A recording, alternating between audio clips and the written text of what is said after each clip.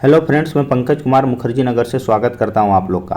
आज हम लोग एडुटेरिया का प्रैक्टिस सेट लगाएंगे जिसमें 50 महत्वपूर्ण प्रश्न देखने को मिलेगा, जिसका मैं फुल डिस्कशन करवाऊंगा। तो वीडियो को लास्ट तक देखना, और अगर वीडियो अच्छा लगता है तो मेरा यूट्यूब चैनल फोकस एग्ज़ाम तक को ज़रूर सब्सक्राइब करें। तो देखिए, एडुटेरिया का प्रैक्टिस सेट दिया गया है, इसमें 50 बहुत ही महत्वपूर्ण प्रश्न दिया गया है जिसका मैं डिस्कशन कराऊंगा, और आपको 15 से 20 मिनट का मैं समय लूँगा जिसमें से मैं पूरा कवर करूँगा। तो आइए स्टार्ट करते हैं।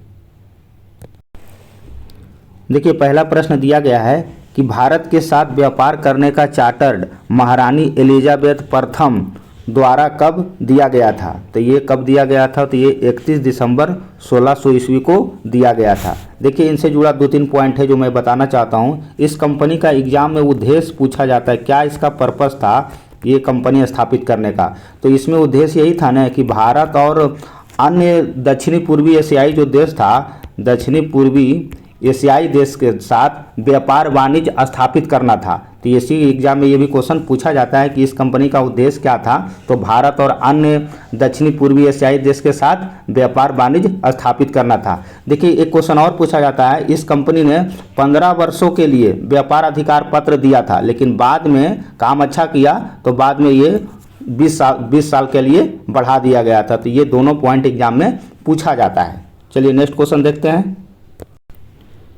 देखिए, अगला जो क्वेश्चन है, भारतीय राष्ट्रीय आंदोलन के प्रारंभ से ही उग्र राष्ट्रवादियों का भी वर्ग था, निम्नलिखित में से कौन शामिल नहीं है। तो देखिए, उग्र राष्ट्रवादी में ना आपको गोविंद रानडे नहीं देखने को मिलेगा, बाकी ये बाल गंगाधर तिलक हो गया, लाला लाजपत राय हो गया, बिपिन चंद्र पाल हो गया, ये तीनों आपको उग्र राष्ट्रवादी के नेता थे। देखो, तीनों को आपको याद रखने का तरीका ये भी है, ये नाम सुने होंगे, लाल, बाल और प्लस पाल। ठीक है, तो ये देखो, लाल से हो गया आपको लाला लाजपत राय, ठीक है, अब बाल से हो गया आपको बाल गंगाधर तिलक, और पाल से हो गया आपको बिपिन चंद्र पाल। तो ये तीनों नाम को आपको उग्रवादियों राष्ट्रवादी के नाम से पूछा जाएगा, तो ये तीनों को आप ऐसे याद कर सकते हैं, लाल बाल पाल के नाम से। ठीक है, देखिए, इनसे जोड़ के और एग्जाम में क्या क्वेश्चन पूछा जाता है वो मैं आपको बता देता हूँ। देखिए, यहाँ से 3-4 क्वेश्चन है जो आपको एग्जाम में देखने को मिलेगा। देखिए, अगला क्वेश्चन जो इसको गोविंद रानडे से पूछा जाता है, गोविंद रानडे को भाई देखो महाराष्ट्र का सुकरात बोला जाता है, महाराष्ट्र का सुकरात बहुत इंपॉर्टेंट है। ये क्वेश्चन बहुत बार पूछा है आपके एग्जाम में। तो महाराष्ट्र का सुकरात किसे कहा जाता है, तो महादेव गोविंद रानडे को बोला जाता है। देखिए, लाला लाजपत राय से बहुत क्वेश्चन पूछा जाता है एग्जाम में। एक तो इसका किताब था यंग इंडिया, बहुत एग्जाम में पूछा है, तो आपको ये भी याद रखना, यंग इंडिया। ठीक है, अच्छा, इसको लाला लाजपत राय को दो को उपनाम दिया था, इसको पंजाब का शेर भी बोला जाता है, पंजाब का शेर। ठीक है, और या फिर पंजाब केसरी, पंजाब केसरी भी बोला जाता है। ठीक है, देखिए क्वेश्चन तो बहुत है भाई, लेकिन वीडियो लॉन्ग हो जाएगा। तो चलिए तीसरा नंबर क्वेश्चन देखते हैं। तीसरा नंबर भी क्वेश्चन इंपॉर्टेंट है। 1916 में कांग्रेस और मुस्लिम लीग के बीच लखनऊ समझौता हुआ था। ये सबको याद रखना कि ये लखनऊ समझौता 1916 ईस्वी में हुआ था। ठीक है, उसके कौन से परिणाम बाद में घातक सिद्ध हुआ। देखिए, उसका क्या रिजल्ट निकला था बाद में, आपको ये बताना था। तो इसका जो रिजल्ट निकला था कि कांग्रेस द्वारा मुसलमानों के प्रति संतुष्टिकरण की नीति आरंभ हो गया था, दोनों के बीच में ये मतभेद हो गया था। देखिए, अगला क्वेश्चन है व्यक्तिगत सत्याग्रह, एकदम वीवीआई क्वेश्चन है जी। व्यक्तिगत सत्याग्रह किस गवर्नर जनरल के काल में हुआ था। देखिए, आप गवर्नर जनरल तो ढूंढ लगे, पहले आप डेट पता कीजिए। देखिए, ये 17 अक्टूबर 1940 को होता है आपको व्यक्तिगत सत्याग्रह। तो आप 40 में आइडिया लगा लीजिए, 40 में कौन था। तो 40 में आपका जो गवर्नर जनरल था वो लॉर्ड लिनलिथगो था।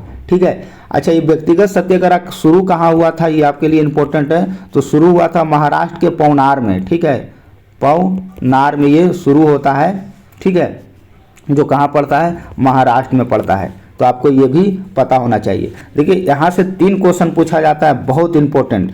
देखिए, व्यक्तिगत सत्याग्रह के सत्याग्रही पूछा जाता है, जो कि बीपीएससी दरोगा में दोनों क्वेश्चन पूछा भी था। तो ये पहला सत्याग्रही था। देखिए, सत्याग्रही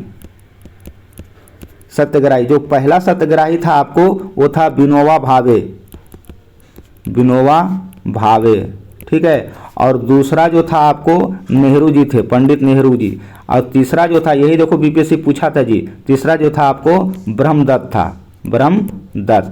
तो ये तीनों 4 पॉइंट है, यहाँ से बहुत एग्जाम में आपको पूछा जाता है, आप इसको याद कर लेना। देखिए 5वां नंबर क्वेश्चन भी इंपॉर्टेंट है। भारतीय राष्ट्रीय कांग्रेस की पूर्ववर्ती संस्थाओं में सबसे पहली और प्रमुख संस्था कौन सा था? तो ये सब जो संस्था था आपको ब्रिटिश इंडिया एसोसिएशन था। देखिए भारतीय राष्ट्रीय कांग्रेस के बारे में जानिए। सबसे पहले तो इसका स्थापना बहुत बार एग्जाम में पूछा है, 18 दिसंबर, ठीक है, 1885 ईस्वी को इसका स्थापना होता है। आपसे गवर्नर जनरल भी एग्जाम में पूछा जाता है। तो 85 में कौन था? तो 85 में आपका लॉर्ड डफरिन था, लॉर्ड डफरिन। ये भी कई बार पूछा एग्जाम में कि भारतीय राष्ट्रीय कांग्रेस के समय गवर्नर जनरल कौन था? तो ये लॉर्ड डफरिन था। इसका देखिए संस्थापक भी एग्जाम में पूछा जाता है। संस्थापक कौन था आपका? तो संस्थापक एओ हुम था, एओ हुम, ठीक है, संस्थापक एओ हुम था। और इसका प्रथम अध्यक्ष भी एग्जाम में पूछा जाता है। तो प्रथम अध्यक्ष बिमोश चंद्र बनर्जी था, ठीक है, बिमोश चंद्र बनर्जी। तो ये 5-6 पॉइंट है, आप इसको याद रखिएगा। देखिए अगला जो क्वेश्चन है साइमन कमीशन, बहुत इंपॉर्टेंट है, बहुत एग्जाम में देखने को मिलता है प्रश्न। साइमन कमीशन की सिफारिश के संदर्भ में निम्नलिखित में से कौन सा कथन सही है? देखिए सबसे पहले तो आपको साइमन कमीशन के बारे में जानना चाहिए कि क्या था साइमन कमीशन। देखो इसका जो गठन होता है दोस्त, इसका गठन जो होता है वो 26 नवंबर 1927 को होता है। कब होता है? 26 नवंबर 1927 को इसका गठन होता है। और इंडिया ये कब आता है? ये इंपॉर्टेंट है, ये एग्जाम में पूछा जाता है। तो ये जो भारत जो आता है वो 3 फरवरी को आता है, 3 फरवरी 1928 को आता है। और ये कहाँ आता है? तो ये मुंबई में आता है, ठीक है। अच्छा, इसका क्या उद्देश्य, क्या पर्पस था? इसका उद्देश्य भी एग्जाम में आपसे पूछा जाता है।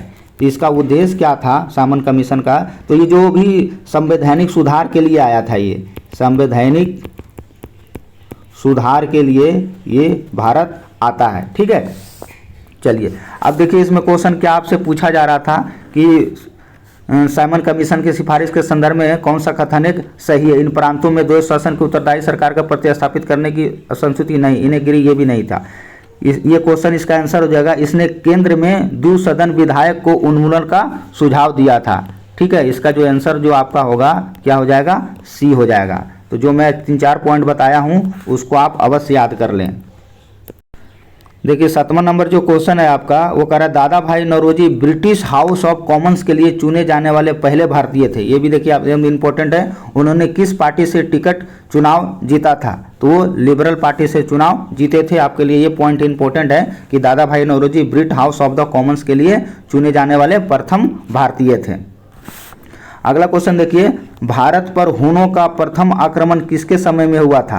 देखिए हुनों का आक्रमण बहुत एग्जाम में पूछा जाता है। तो ये प्रथम जो हुआ था ना, प्रथम आपको हुआ था स्कंदगुप्त के समय में। तो ये इंपॉर्टेंट है, आप इसको याद रखना। देखिए यहाँ पे समुद्रगुप्त दिया गया, समुद्रगुप्त से एक क्वेश्चन पूछा जाता है। इसको भारत का भाई नेपोलियन कहा जाता है, भारत का नेपोलियन, ठीक है। तो आपको ये याद रखना। कुमारगुप्त प्रथम तो सबको पता होगा, नालंदा विश्वविद्यालय, ठीक है, नालंदा विश्वविद्यालय स्थापना करता है, जिसको बाद में तुर्की का एक शासक होता है, ठीक है, बख्तियार खिलजी इसमें आग लगा देता है, ठीक है।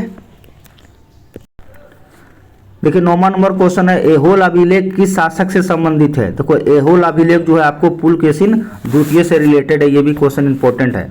सत्यमेव जयते एकदम ये बहुत बार पूछा है, कहाँ से लिया गया है? तो ये मुंडकोपनिषद से लिया गया है। देखिए 11वां नंबर भी क्वेश्चन इंपॉर्टेंट है। महावस्तु महात्मा बुद्ध का जीवन वृत्तांत है, इसका संबंध किस शाखा में है? तो इसका संबंध कौन सा शाखा में आपको देखने को मिलता है? तो ये आपको महायान में देखने को मिलता है। चलिए देखिए 12वां नंबर क्वेश्चन, ये भी बहुत इंपॉर्टेंट है। कहता है अकबर द्वारा बनाया गया उपासना भवन का क्या नाम है? देखिए अकबर के द्वारा जो बनाया गया था उपासना भवन, उसका नाम क्या है? तो उसका नाम है भैया इबादत खाना। अब देखो दीवाने खास और ये दीवाने आम, देखो अच्छा समझ लेना, मैं इसका शॉर्ट्स पे वीडियो आप लोग को दिखाया था। तो ये दीवाने खास जो है आपको, ये दिल्ली में स्थित है, दिल्ली के लाल किला के अंदर ये बना हुआ है दीवाने खास, जिसको शाहजहां बनाया था, ठीक है, शाहजहां। और ये दीवाने आम भी, इसको भी शाहजहां बनाया था, ठीक है। दीवाने आम इसलिए बनाया गया था ताकि उसको आम जनता का जो भी प्रॉब्लम हो उसको रिजोल्व कर सके, देख सके, उसके लिए दीवाने आम का निर्माण करवाया गया था। ठीक है, दीवाने खास एक महल वहाँ पे बनाया गया था, तो बहुत ही बेहतरीन तरीका से बना हुआ है। तो दोनों ये शाहजहाँ बना है, और दोनों कहाँ है ये, तो ये आपको दिल्ली में स्थित है। ठीक है, अच्छा बुलंद दरवाज़ा, तो बुलंद दरवाज़ा का भी निर्माण आपको पता है अकबर करवाया था। कब करवाया था, तो 1571 एडी में इसको करवाया था। ठीक है, 1571 एडी में करवाया था। और ये बुलंद दरवाज़ा कहाँ है, तो फतेहपुर सीकरी में है। ठीक है, फतेहपुर सीकरी में है। तो ये 3-4 पॉइंट है, आप इसको याद रखिएगा। देखिए, सुप्रसिद्ध संगीतकार तानसेन और बैजू बावरा किसके शासनकाल में विख्यात है, तो ये तानसेन और बैजू बावरा जो भैया वो अकबर के समय में आया था। न्यू कैसल पोर्ट जो दुनिया का सबसे बड़ा कोयला निर्यात बंदरगाह है, किस देश में स्थित है, तो न्यू कैसल जो पोर्ट है भैया वो आपको ऑस्ट्रेलिया में देखने को मिलता है। चलिए अगला क्वेश्चन देखिए, 15 नंबर क्वेश्चन। 15 नंबर क्वेश्चन कर रहा है, देशांतर रेखाओं के संबंध में कौन सा कथन सही है, तो ये देशांतर के मध्य सर्वाधिक दूरी विषुवत रेखा पर होती है, और दो देशांतरों के बीच की दूरी को गोरे बोला जाता है। ये भी एग्जाम में बहुत बार पूछा है। ठीक है, दो देशांतर रेखाओं के बीच की दूरी को क्या बोला जाता है, गोरे। चलिए देखिए अगला क्वेश्चन देखते हैं हम। कहता है उत्तर से शुरू एवं दक्षिण की ओर नीचे दी गई पहाड़ियों का सही अनुक्रम कौन सा है, तो इसका जो आंसर दिया है आपको सी हो जाएगा। देखिए नल्ला मलाई पहाड़ियाँ कहाँ स्थित है, तो नल्ला मलाई जो पहाड़ी है भैया वो तेलंगाना में है। कहाँ है, तेलंगाना में है। ठीक है, और उसके बाद जो भी पहाड़ी है, देखो जवादी पहाड़ी, नीलगिरी पहाड़ी, अन्नामलाई पहाड़ी, ये सब आपको तमिलनाडु के एरिया में देखने को मिलेगा। ठीक है, चलिए अगला क्वेश्चन देखते हैं। देखिए यहाँ से तो बहुत इंपॉर्टेंट क्वेश्चन है, ये भी बहुत घुमा फिरा के पूछते रहता है। देखिए निम्नलिखित में से कौन सी नदी अपने मार्ग बदलने के लिए विख्यात है, और मार्ग बदलने के ही कारण इसको बिहार का शोक कहा जाता है, जिसको कोसी बोला जाता है। तो कोसी एक नदी है जो अपने मार्ग बदलने के लिए प्रख्यात है। देखो कोसी को क्या बोला जाता है, तो इसको बिहार का शोक बोला जाता है। बिहार का शोक हो गया आपका कोसी। अच्छा, और ये देखो महानदी उड़ीसा का शोक हो गया, उड़ीसा का शोक। ठीक है, और ये दामोदर ये आपका बंगाल का शोक हो गया, बंगाल का शोक हो गया। ठीक है, और एक वो बच गया तुम्हारा चीन का शोक, ये भी देखो पूछता है, चीन का शोक तो हवांगो नदी को बोला जाता है। ठीक है, हवांगो नदी या इसको पीली नदी को भी बोला जाता है। ठीक है, दोनों एक ही नाम है। तो ये चारों याद रखना, आपको पता हो गया कोसी नदी बिहार का हो गया शोक, महानदी उड़ीसा का शोक हो गया, और दामोदर बंगाल का हो गया, और आपका चीन का हो गया हवांगो नदी। देखो अगला क्वेश्चन है, किस मृदा प्रारूप में लोहे की अतिरिक्त मात्रा होने के कारण अनबुरक हो जाती है, तो किस मिट्टी को बोला जाता है ऐसा अनबुरक हो जाता है, तो लेटेराइट मिट्टी को। देखो रेगुर मिट्टी को काली मिट्टी बोला जाता है, तो सबको पता ही होगा। अच्छा, प्रकाश के संबंध में कौन सा कथन सत्य है, लाइट के आपके बारे में बताना है, तो यह एक विद्युत चुंबकीय तरंग है, ये तो ठीक है। यह एक कण प्रकृति होता है, ये भी ठीक है। यह ऊर्जा का एक रूप है, सही, यह फोटोन होता है, और ये उपरोक्त सभी, इसका ये आंसर उपरोक्त सभी हो जाएगा। अच्छा, बायोगैस संयंत्र में निम्नलिखित में से कौन सी प्रक्रिया होती है, तो बायोगैस संयंत्र में आपको पता है ये कीवनन प्रक्रिया होती है।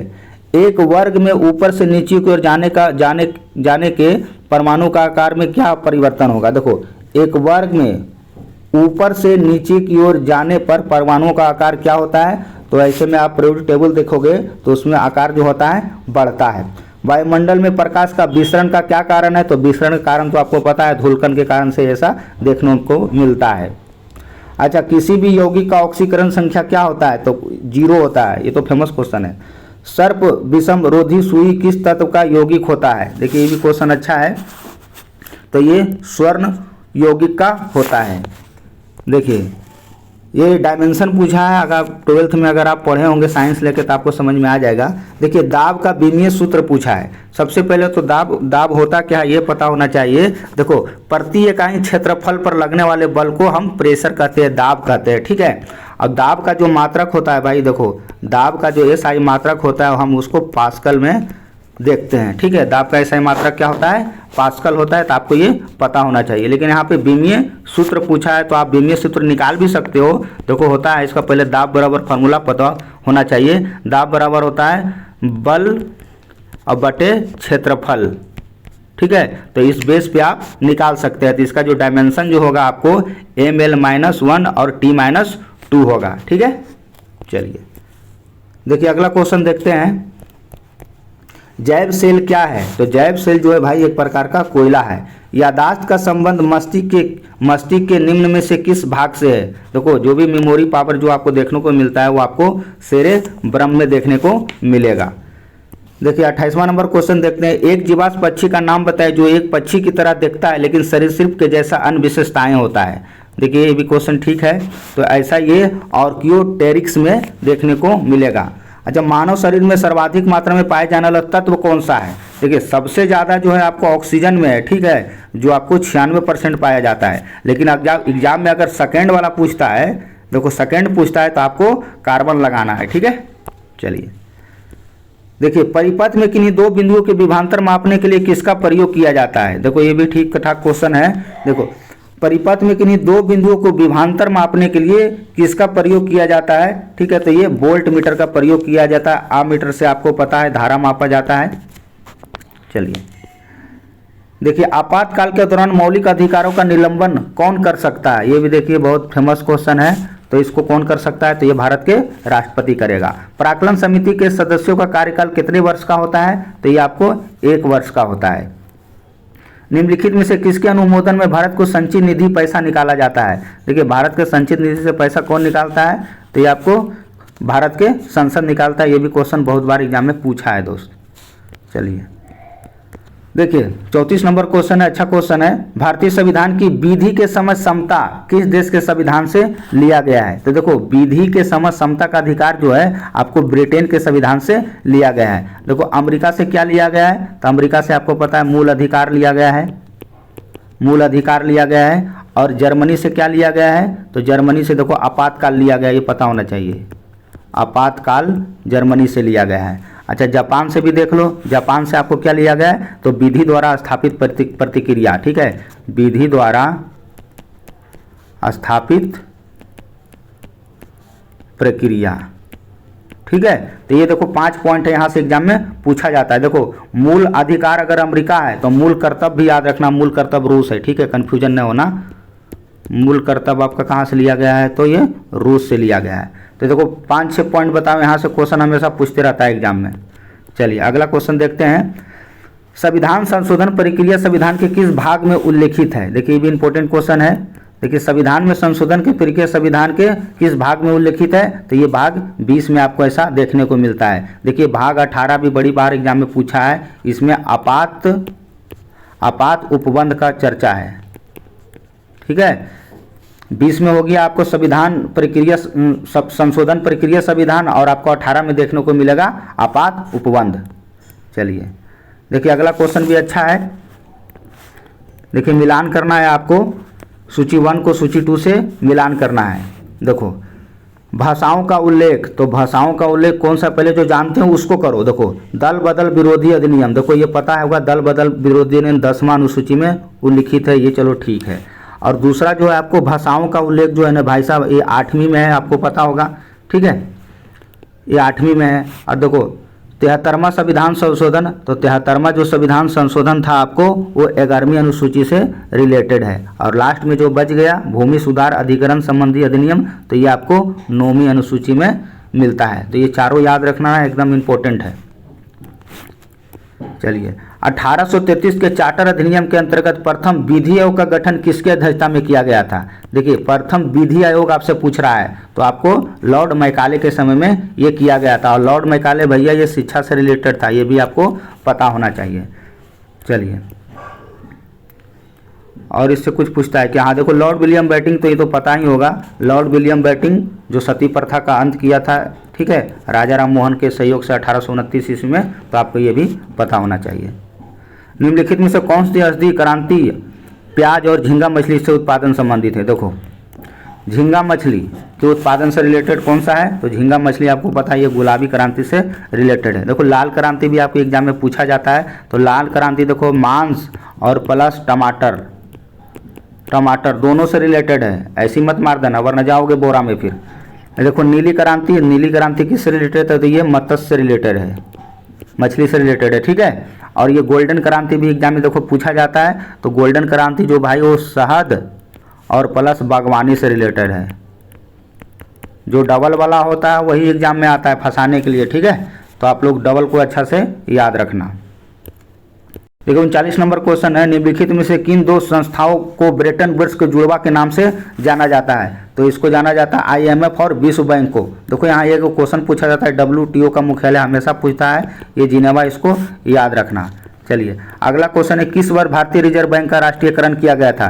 देखिए रिजर्व बैंक से भी हमेशा क्वेश्चन पूछा जाता है, तो इसका राष्ट्रीयकरण पूछा है तो राष्ट्रीयकरण आपका 49 होगा। अगर वही स्थापना पूछता है आपको तो स्थापना 1 अप्रैल 1935 को इसका स्थापना होता है और इसका जो मुख्यालय है भैया मुंबई में है, ठीक है। चलिए हिंदू राष्ट्र का विचार मूलतः किसका था? तो हिंदू राष्ट्र का जो सबसे पहले विचार किसका था? तो हिंदू राष्ट्र सबसे पहले BD सावरकर का पहला विचार था। भारत में आयकर क्या है? तो भारत में आयकर आपको पता है प्रत्यक्ष और प्रगतिशील है।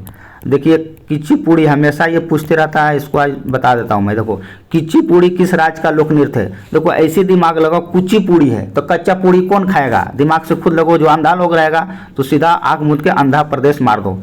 कुचिपुड़ी कच्चा पूड़ी कौन खाता है? तो कच्चा पूड़ी अंधा लोग खाता है, तो आंध्र प्रदेश इसको आंसर मारो। आप देखो केरल में क्या क्या लोक नृत्य, 2 केरल में है, एक तो आपको कथकली है और मोहिनी अट्टम है।